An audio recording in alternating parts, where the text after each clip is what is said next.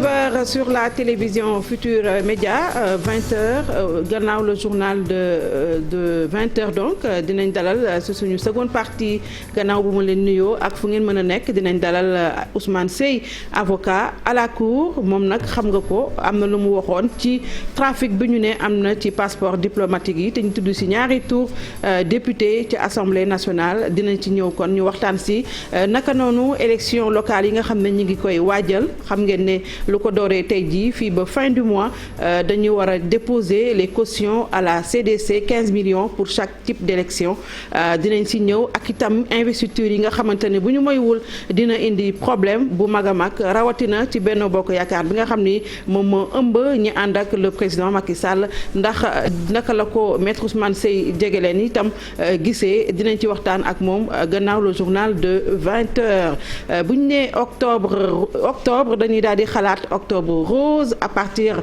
du 1er octobre jusqu'à la fin du mois dañuy xalaat dépistage prévention contre le cancer du sein tey nag la ñu ko tàmbalee gis ngeen ak suñuy rose ñun ñëpp tey jii ci kër gi dañoo takk rose ngir rek jàppale waa LISCA ci xeex bi ndax bu ñu nee octobre rose dañuy xalaat LISCA ndax taxawaay bi nga xamante ne am nañ ko ci ànd ceeg seen présidente di docteur Fatma Guenoune moom la ñuy dalal kon léegi maa ngi lay dalal bu baax docteur ci plateau Soir d'Info. Merci beaucoup Binta maa ngi lay gërëm di la remercier ci ni ñuy invité chaque fois da ñuy invité da ngay invité benn membre vraiment ñu ngi leen di gërëm di leen di sant. waaw ndax xeex bi ñun ñoo ko bokk. ñoo ko bokk dëgg la ñoo ko bokk donc daaw ñëwoon nga fi yàlla defaat tey nga teewaat ci plateau Soir d'Info 1er octobre lutte contre le cancer du sein.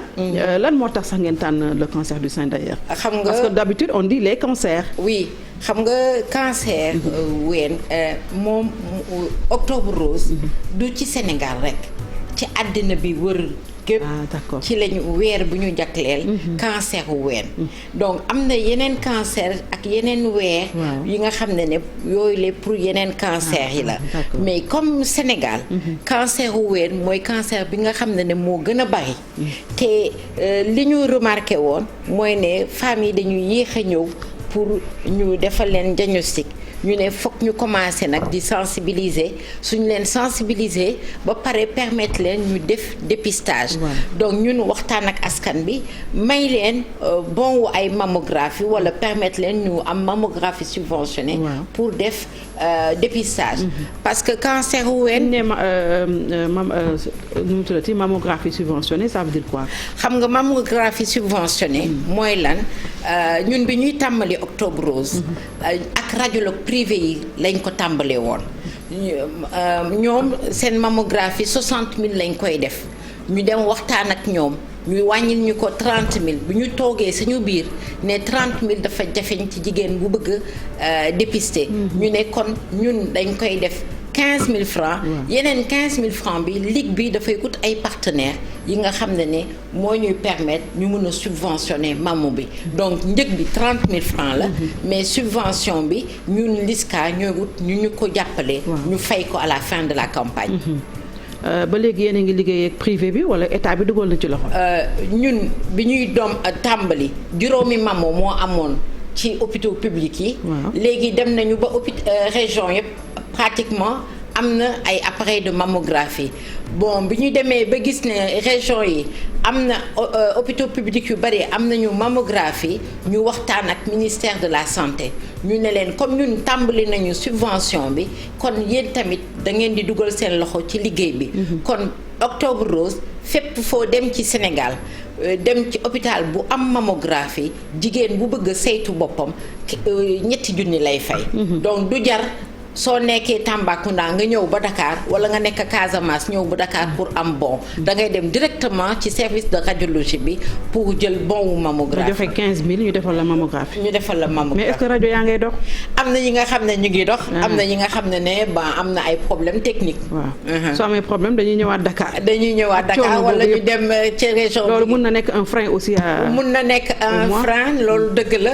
ñu ngi ñaan nag ci jéego yi ñu dox dem ba am sañu camion de mammographie bi nga xam ne amagu leen ko ba tey. ba léegi amaguñu ko suñu amee suñu camion de mammographie ñun duñuy xaar sax octobre rose. at bi yëpp la ñuy sillonner Sénégal bi yëpp pour permettre femmes yi bénéficier d'une mammographie. mais docteur Fatma Guenoune est-ce que cancer du sein bi wàññeeku na xanaa bi ngeen di prévenir ba léegi xanaa léegi gaa yaa ngi dem di dépister gis ngeen ne am na augmentation ou baisse. xam nga soo yokkee waxtaan bi. ba ragal bi dañ. nit yi dañuy nangoo ñëw. kon dinañu gis ay tumeur mais li tax suñu mbégte mooy tumeur yi ñuy gis. tumeur yu tuuti la dootul ween bi nga xam ne dafa dem ba def taab di sotti ndox yooyu le wàññi na donc moo tax nag cas yi bari na damay joxe exemple daaw ci 2020 campagne 2020 bi dépisté nañu 6185 femmes ci 6185 femmes yooyu le on a plus de 500 tumeurs. Donc femmes yooyu le LISCA moo leen accompagner après la campagne ci diagnostic bi parce que diagnostic bi du mammographie kese daa dem defi cytoponction biopsie def ay scanner ak yooyu yëpp dañ leen accompagner donc loolu moo tax cas yi yokku parce que nit yi ñeme nañu toogatuñu seen kër wéet ak seen jàngoro. mooy communication bi am na ci njariñ. ñu ngi leen di sant parce que vraiment si LISCA su ko askan bi xamee xam li ñuy waxtaan yéen a tax. parce que damay remercier foog ma delloo leen njukkal parce que presse sénégalaise. ñoo permettre LISCA dugg ci foyer yëpp pour ñu waxtaan ak askan bi. sensibiliser leen wax leen lan mooy. cancer c'est une cause noble ñun ñëpp ñoo war a porter le plaidoyer. voilà moo tax tey jii gis nga ñoo ak suñu. vraiment je suis contente waaw dëgg neex yàlla. maa ngi leen di gërëm di leen sant yéen a tax askan bi. ñemeñ dem saytu seen yaram. mais au-delà bu ñu demee saytu seen yaram aussi am na beneen paire de manches parce que la prise en charge bu ñu la leen am nga cancer amuloo les moyens naka ngay def il faut que état bi aussi gën a jàppale. pas LISCA mais askan wi ci wàllu woowu. Voilà. Parce que tamit l'année dernière dalal naa fi koo xamante ni c'est une enseignante bu nekk à Mboro ou quelque chose comme ça Thiané Ndiaye. Elle a vécu ça ñu dagg weenam. Vraiment elle a expliqué dans son livre que ne am na ñoo xamante ni ci hôpital bañ nekk dañuy toog rek xaar la dee parce que mënuñu faj seen bopp. loolu moom la prise en charge coûte excessivement cher. excessivement cher moo tax fokk état bi gën a dugal loxoom. fokk la couverture maladie universelle gëstu feebaru cancer. donc suñ ko gëstoo te maa ngi ñaan askan bi tamit. ñu mën a cotiser ci mutuelle yi. absolument parce que feebaru cancer nit kese loo am alal mënoo ko dégg. parce que def sa chimio def sa intervention. parce que chimio c'est la dernière étape déjà. non c'est la première étape. c'est la première étape. bu ñu découvrir feebar bi rek da nga war a def chimio. voilà parce que xam nga. mais la chimio elle est gratuite. la chimio est gratuite. Oui. mais produit yi nga xam ne. dañ ko ciy def par exemple sur le soluté yi malade bi moo ko war a jël en charge. perfuseur bi. cher na non cherul sax jafewul ay 1000 francs lay jar mais ku amul. doole mais avant ngay def chimio bi aussi bu ñu détecté que ne yow mi am nga sax une certaine tumeur bu nekk sa biir yaram am na ay rajo yoo war a def. qui coûte cher aussi. effectivement parce que scanner bi.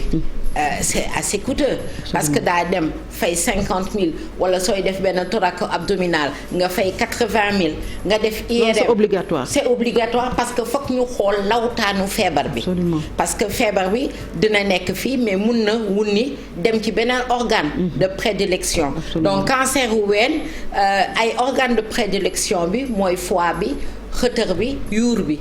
ak ci yax yi. donc yooyu la il faut faire des éléments des examens pour. donc mun na bañ a yem rek ci ween bi. waaw day law ci yeneen organes moo tax nag teel a gis teel a faju parce que su passé benn taille cellules cancéreuses yi dañuy détaché wu ci tumeur originelle bi dem localiser ci beneen endroit. te chaque cancer ak ay organes de prédilection su dee cancer wu ween poumon yi la foie bi yuur bi ak yax yi. donc fokk ñu gàttandu ko balaa muy agsi foofule loolu moo tax soo bàyyee nga gis ne am nga doñ ci sa ween demoo ñu defal la sa diagnostic nga bàyyi ko ba mu law malade yi yéex a ñëw lu dul parce bunge que leen. cancer aussi ñu bare dañ ko ragal jigéen ñi dañu ragal cancer. boo leen dee wax bu ngeen amee seen règle dee leen def autopalpation ñu bari dañuy ragal sa xool seen ween parce que dañ naan bu ma amee cancer dee moo ciy topp. non cancer égal xam nga dee moom yàlla moo ko yore. absolument négam bitim réew yi ñi nga xam ne seen technologie seen prise en charge moo gën a ëpp moo gën a xarañ nit yi ñu ngi fay dee ci cancer sàkkatumaak ñun ñi nga xam ne amuñu moyen mais képp ku gis lu la jaaxal sa yaram war nga mun a dem kër docteur une fois par an. foog Sénégalais yi am culture dem kër docteur sans dara jot la. xam nga da ngay bàyyi ba yëg dara. déedéet une femme doit pouvoir aller en consultation une fois par an. 5000 francs ngay fay. soo demee dans les hôpitaux 5000 francs ngay fay ñu seet la. da ngay ñëw saytu sama yaram. te yëgoo dara. soo demee ñu seet la suñu mun nañu. léegi mais bu dul octobre rose ñaata ngay fay ci mammographie. 30 000 dans les hôpitaux 40 000 dans les hôpitaux. public. ci jamono gi fu mu toll. ci jamono fu mu toll at ma gënoon loolu itamit dara métti. waaw loolu moom métti na parce que y a des consommables qu'il faut acheter. des cassettes des films et tout. mais ñun góorgóorlu nañu parce que dañu lëkkaloo woon ak ambassade du Japon. ñu bàyyi ñu benn appareil mammographie. ñu ngi ko def à la LISCA. mais defuñu ñun teguñu ko LISCA. dañ ko def ci banlieue bi. ci hôpital Roi Baudouin. te bi ñu koy teg foofu la dañ leen ne toute l'année en dehors d'Octobre Rose da ngeen di ko def 25 000 francs pour nit yi def mammographie. est-ce que nit ñi yëg nañ ko. nit yi foog naa yëg nañ ko parce que ñu ngi waxtaan ak askan bi chaque fois que ñu am opportunité wax ak nit yi wax leen. appareil bi mi ngi dox ba léegi. ba léegi mi ngi dox foofu ci Roi Baudouin. Roi Baudouin te ay 25 000 pendant toute l'année. Absolument. donc ñu bari dañ leen di bindal bulletin wu mammographie janvier ñuy xaar ba octobre.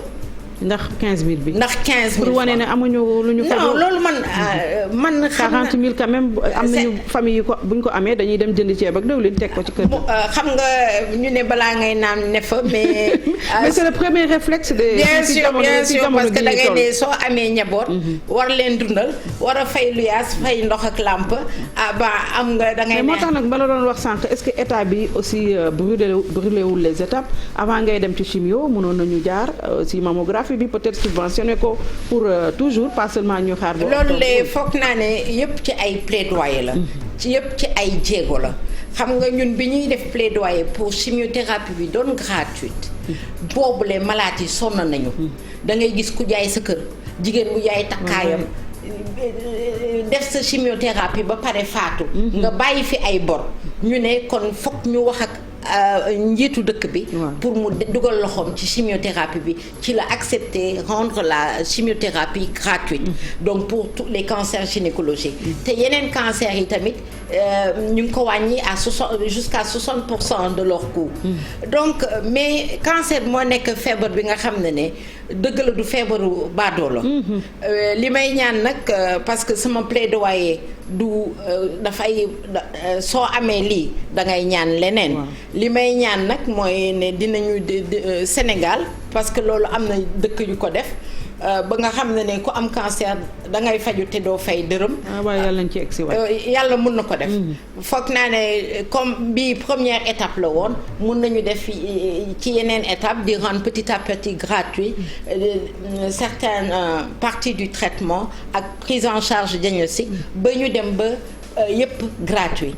Donc am na ay pays de la sous-région où le traitement est entièrement gratuit le diagnostic est entièrement gratuit loolu foog naa ne foog ñu toog économiste de la santé yi toog waxtaan xalaat ci naka lañ ko mun a def ba loolu yomb parce que état dañ foog ñu dooleel ko ñi am ñi seen xel màcc ci économie de la santé foog ñu toog ne lii suñ ko defee lii dina yomb ci askan bi foog naa ne ku daan am palu da nga daan fay lu cher. ba léegi traitement palu c'est gratuit. yenn yi tout est gratuit.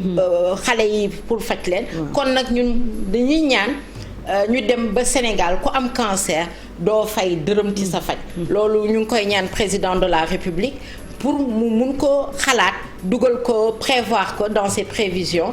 Parce que yëpp ce sont des prévisions loolu mun nañ ko xalaat may ko askan bi te loolu dina nekk lu yomb parce que il y a plus de 11 000 Sénégalais qui sont atteints chaque année de cancer. Pas de cancer du sein seulement, de tous les cancers. Et donc, il y a plus de 7000 Sénégalais qui meurent de cancer. Parce que faute de moyens ou bien un diagnostic tardif. Absolument. Parce que diagnostic tardif boobu la da ngay xool soo amee suñ la nee lii de nuru na cancer balaa ngay àgg ci chimiothérapie boobu la gratuite. loolay wax ji de. da ngay fay soo fayulee 400000 daa dem 500000 parce que yëf yi. 400000 balaa nga yegg ci chimio. balaa ngay àgg ci chimio bi fekk nga loof. ñi la sa mbokk yi la doon jàppale lañ la ci sa diagnostic. ñoom itamit ñoom ñëpp loof lañu. parce que soo demee ci pend mu leb abal la nga dem ci jey na bu mu jox la mais nga wër sa mbokk yëpp ba ñëpp mënutuñ la jàppale. ngay mujj faatu wala ñi nga xam ne xelal nañ leen ñu ñëw LISCA jàppale leen. parce que ñun LISCA am na fu mu yem aussi. waaw ñun tant que ñu ngi am ñu jàppale. am ngeen ñu ngeen faj ba ñuy wér à chaque fois ku ñëw si yéen ak cancer da ngeen koy faj. dañ koy faj ñun duñu. gratuitement. du ñu yemale ay assiégé leen suba am ngeen moyens yi. amuñu moyens yi loolu moo tax foofu laay waxee ki yow. parce que ñun dañuy ñaan les bonnes volontés. parce que lépp li ñuy def li ñuy réaliser depuis 2010. ñu commencé le plaidoyer. dañu commencé plaidoyer. lever déjà tabou cancer. donc li ñuy def. ça fait 11 ans maintenant. ça fait 11 ans on l'a fait avec les Sénégalais. Absolument. On n'a pas de fonds qui viennent de l'étranger donc maa ngi gërëm askan bi. parce que ñi nga xam ne. askan bi daanañ jàppale à travers ay téléthon mais dafa mel ni ren gisuñu ko de. waaw ren moom bëggoon nañ ko def. mais malheureusement mu mujjul antu parce que bindoon nañu pour bëgg def téléthon mais ku ñu jël nangu. kan ngeen bind. seen télé. bind nañu télé de def nañu ñi war a dox nañ ko. kenn tontuwu ci. kenn tontuwu ci. nañ tontu nag. donc su fekkee ne nangu nañu ñu def téléthon suba ñu organiser téléthon. parce que pour malade yi la. xaalis bépp bu ñu jot. ci malade bi lay dellu. donc li ñu jëlee ci askan bi lay dellu. donc fajum cancer dafa cher. léegi tey jii yaa ngi wax cancer xëy na am na ku lay déglu nii bëgg a jàppale LISCA bu fekkente ni dañu bëgg a jàllale LISCA fa la ñuy jaar. waaw LISCA képp ku ko bëgg jàppale. balaa ngay dem ci téléthon bi kay mën nga koo jaarale fii benn yoon. voilà je pense que ku bind def sa chèque. li may wax mais dañu am ñaari compte bi nga xam ne pour compte maladie la. waaw directement BOA lañ ko fa la dëkk. fa lañ ko dëkkal ba nga xam ne xaalis boobu nekk ci compte BOA c'est uniquement pour les malades du cancer. Pour la prise en charge des malades.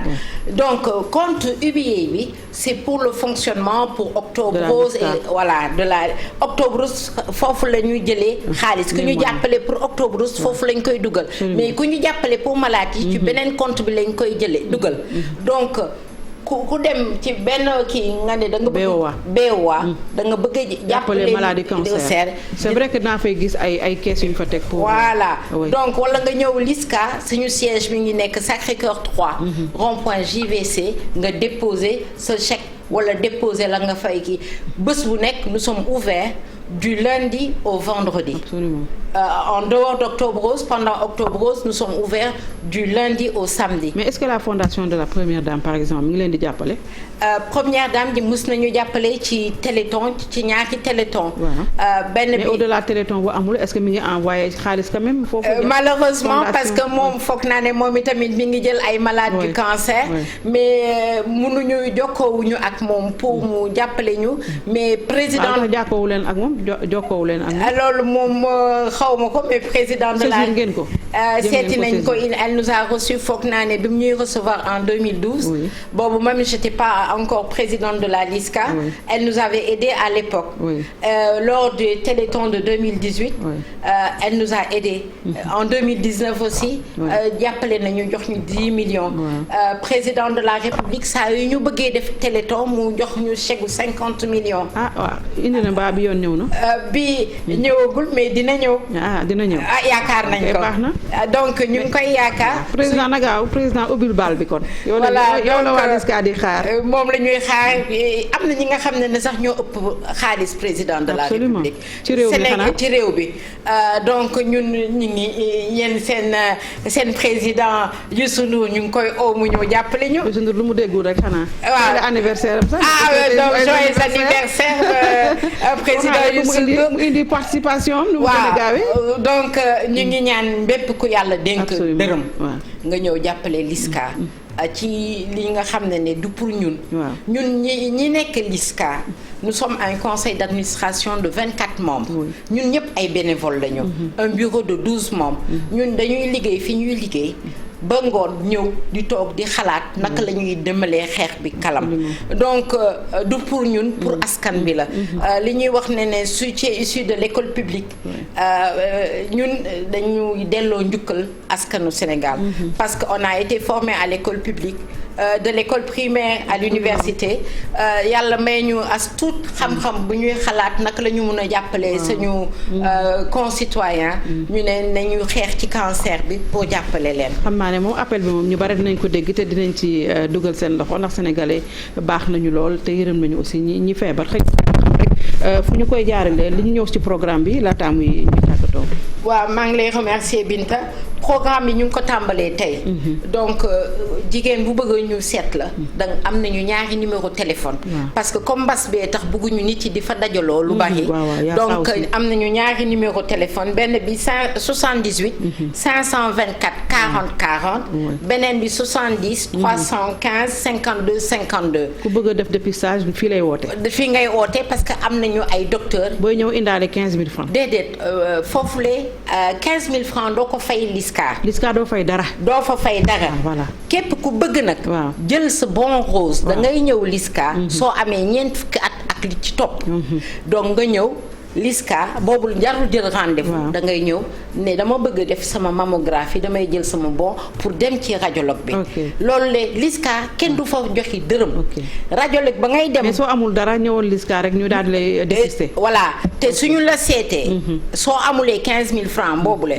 soo ñëwee LISCA dinañ la seet parce que wàcc nañ fa ay docteurs.